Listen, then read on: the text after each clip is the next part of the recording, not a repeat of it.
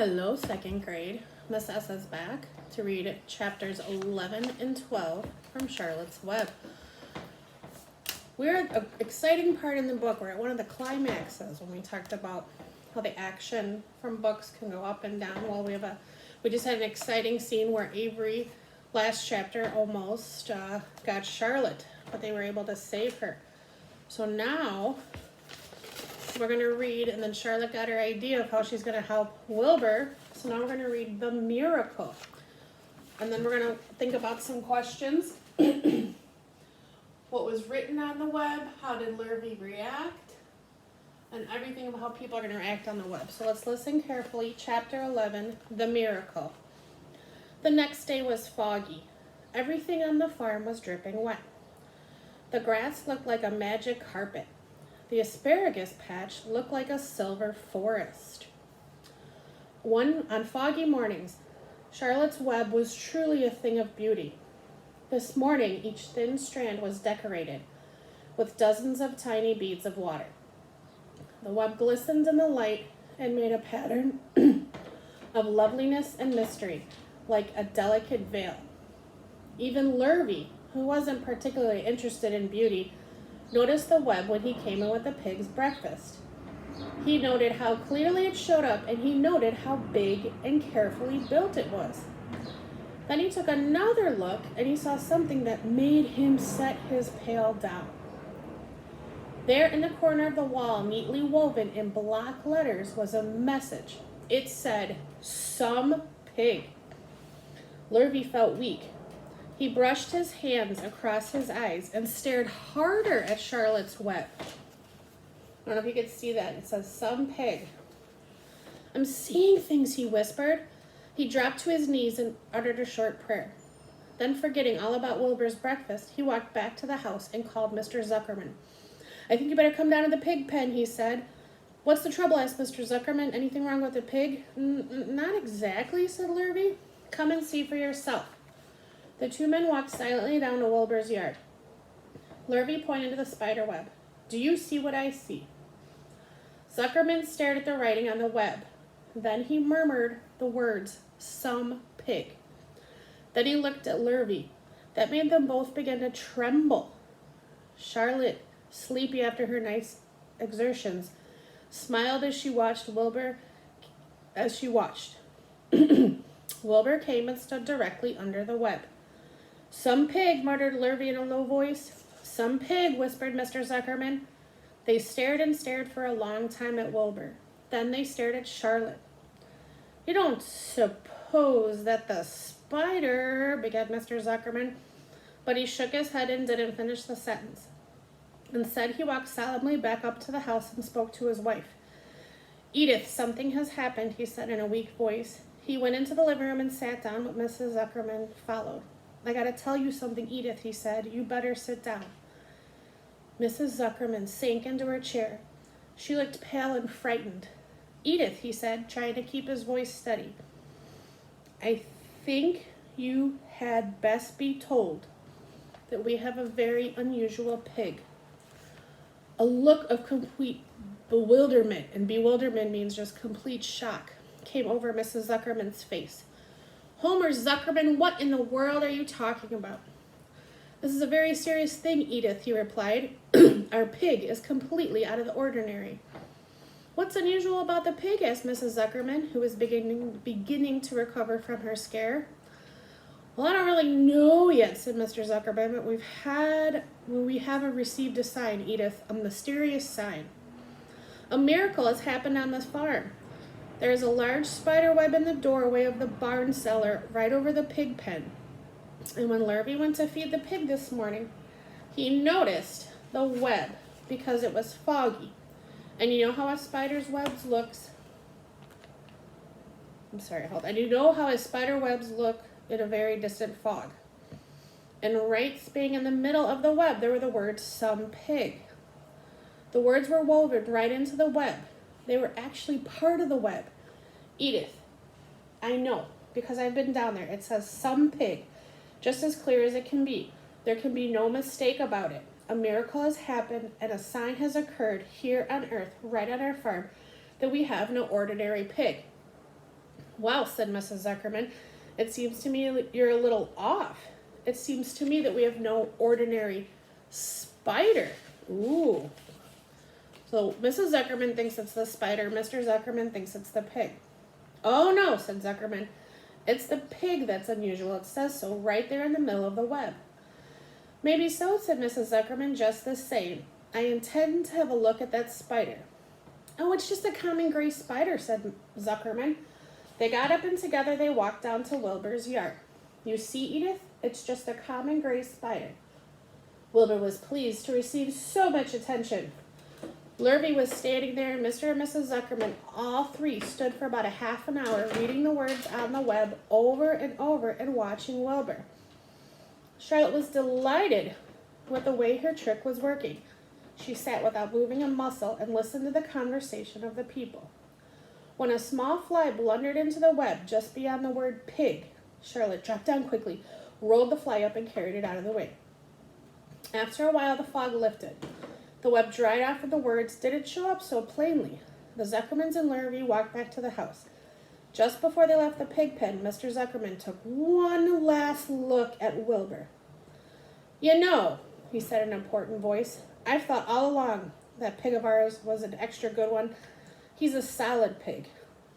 That pig is as solid as they come.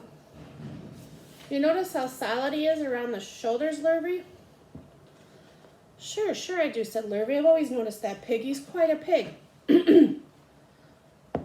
He's long and he's smooth, said Zuckerman. That's right, agreed Lurvy. He's as smooth as they come. He's some pig.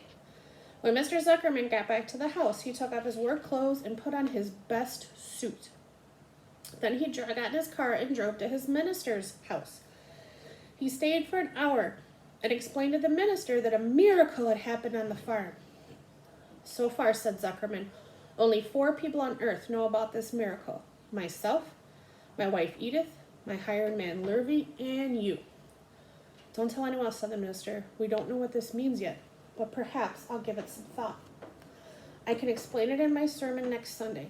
There can be no doubt that you have a most unusual pig. I intend to speak about it in my sermon and point out the fact that this community has been visited by this wondrous animal. By the way, does the pig have a name? Why, yes, said Mr. Zuckerman. My little niece calls him Wilbur. She's rather a queer child, full of notions. She raised the pig on a bottle, and I bought him from her when he was only a month old. He shook hands with the minister and left. Secrets are hard to keep. Long before Sunday, the news spread all over the county. Everyone knew that a sign had appeared in the spider web in the Zuckerman's place. So now you can see in this picture, all these people are coming to see Wilbur. People came from miles around to look at Wilbur and to read the words on Charlotte's web. The Zuckerman's driveway was full of cars and trucks from morning till night. Fords and Chevys and Buick Roadmasters and GMC pickups and Plymouths and Studebakers and Packards and DeSotos with gyromatic transmissions and Oldsmobiles with rocket engines and Jeep station wagons and Pontiacs. The news of the wonderful pig spread into the hills, and farmers came rattling down in buggies and buckboards to stand hour after hour at Wilbur's pen admiring the miraculous animal. All said they had never seen such a pig before in their lives. When Fern told her mother that Avery had tried to hit the Zuckerman spider with a stick, Mrs. Arable was so shocked that she sent Avery to bed without any supper as punishment. In the days that followed, Mr. Zuckerman was so busy entertaining visitors that he neglected his farm work. He wore his good clothes all the time now, got right into them when he got up in the morning. Mrs. Zuckerman prepared special meals for Wilbur. Lurvy shaved and got a haircut, and his principal farm duty was to feed the pig while people looked on. Mr. Zuckerman ordered Lurvy to increase Wilbur's feedings from 3 meals a day to 4 meals a day. The Zuckermans were so busy with visitors they forgot about other things on the farm. The blackberries got ripe, and Mrs. Zuckerman failed to put up any blackberry jam. The corn needed hoeing, and Lurvy didn't find time to hoe it. On Sunday, the church was full. The minister explained the miracle. He said that the words on the spiderweb prove that human beings must always be on the watch for the coming of wonders. All in all, the Zuckerman's pig pen was the center of attraction. Fern was happy. She felt that Charlotte's trick was working and that Wilbur's life would be saved. But she found that the barn was not nearly as pleasant. Too many people. She liked it better when she could be all alone with her friends, the animals. So let's look at, that was chapter 11, the miracle. Let's look at the questions. What was written on the web? What did it say? Remember? Some pig. How did Lurvy react? Remember, he dropped, he went to get Mr. Zuckerman, right? And who is the next person to find out about the miracle? So he got Mr. Zuckerman, it was the minister. He went to go talk to his minister. And Mrs. Arabelle was upset. So Avery, remember, Mrs. Arabelle, Fern, and Avery's mom got upset because Avery was going to take the spider.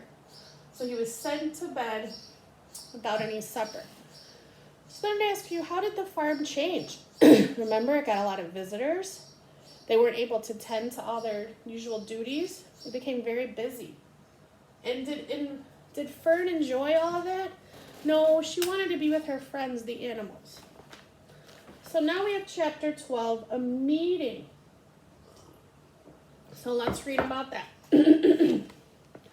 One evening, a few days after the writing had appeared in Charlotte's Web, the spider called a meeting of all the animals in the barn cellar. I shall begin by calling the roll, Wilbur. Here, said the pig. Gander. Here, here, here, said the gander. You sound like 3 ganders, muttered Charlotte. Why can't you just say here? Why do you have to repeat everything? It's my idiosyncrasy, replied the gander. Goose, said Charlotte. Here, here, here, said the goose. Charlotte glared at her. Goslings 1 through 7. Beep, beep, beep, beep, beep, beep, beep, beep, beep, beep, beep, beep, beep, beep, beep, beep, beep, said the goslings. Oh, this is going to be quite a meeting, said Charlotte. Anyone would think we had 3 ganders, 3 geese, and 21 goslings. Sheep. Hey, ha, ha, answered all the sheep together. Lambs. Hey, ha, ha, answered all the lambs together. Templeton? No answer. Templeton? No answer. Well, we're all here except the rats, said Charlotte. I guess we can proceed without it. Now, all of you must have noticed what has been going on around here in the past few days. The message I wrote in my web, praising Wilbur, has been received. The Zuckermans have fallen for it, and so has everyone else. Zuckerman thinks Wilbur is an unusual pig, and therefore he won't want to kill him or eat him for Christmas dinner. I dare say my trick will work, and Wilbur's life can be saved. Hooray! Cried everyone. Thank you very much, said Charlotte. Now I called this meeting in order to get suggestions. Any new ideas for the web? People are already getting sick of reading the word some pig. If anyone can think of another message or remark, I'll be glad to weave it in the web. Any suggestions for the new slogan? How about Pig Supreme? Asked one of the lambs. No good, said Charlotte. It sounds like a rich dessert. How about terrific, terrific, terrific? Asked the goose. Cut that down to 1 terrific. Look at, here's their little meeting. Isn't that cute? Count that down to 1 terrific, and we will do nicely. I think terrific might impress Zuckerman. But Charlotte, said Wilbur, I'm not terrific. That doesn't make a particular of difference, replied Charlotte. Not a particle. People believe almost anything they see in print. Does anyone here know how to spell terrific? I think so, said the gander. It's T-E-E-R-R-I-F-F-C-C-C-C-C. What kind of acrobat do you think I am, said Charlotte. I would have to have a St. Vitus dance to weave a word like that into my web. Sorry, said the gander. Then the oldest sheep spoke up. I agree that there should be something new written in the web if Wilbur's life is to be saved. And if Charlotte needs help finding words, I think she can get it from her friend Templeton. The rat visits the dump regularly and has access to new old magazines. He can tear out bits of advertisement and bring them up to the barn cellar so that Charlotte can have something to copy. Good idea, said Charlotte, but I'm not sure if Templeton will be willing to help. You know how he is, always looking out for himself and never thinking of the other fellow. But I can get him to help, said the old sheep. I'll appeal to his baser instincts, of which he has plenty. Here he comes now. Everyone be quiet, and I'll put the matter up to him. The rat entered the barn the way he always did, creeping up close to the wall. What's up, he said, seeing all the animals assembled.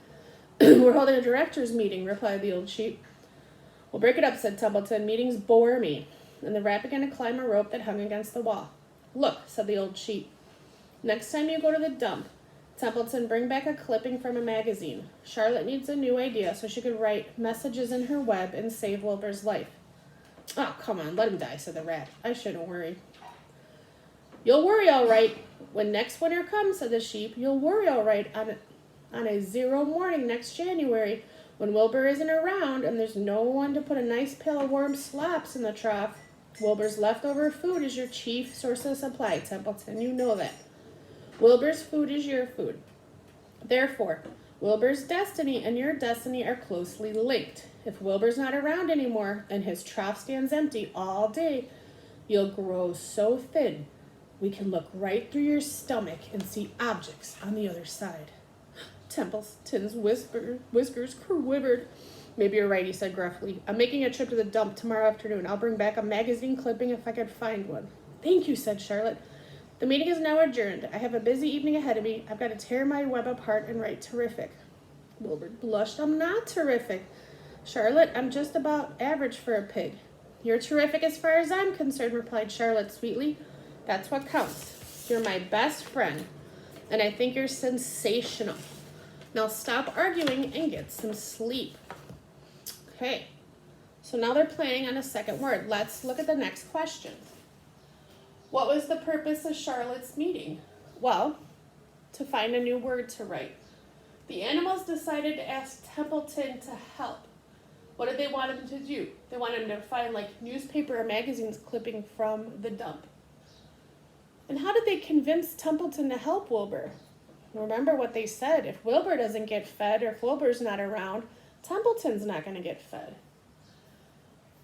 What does the meeting is now adjourned mean? The word adjourn means over. The meeting is over. And the second word on the web, what is it?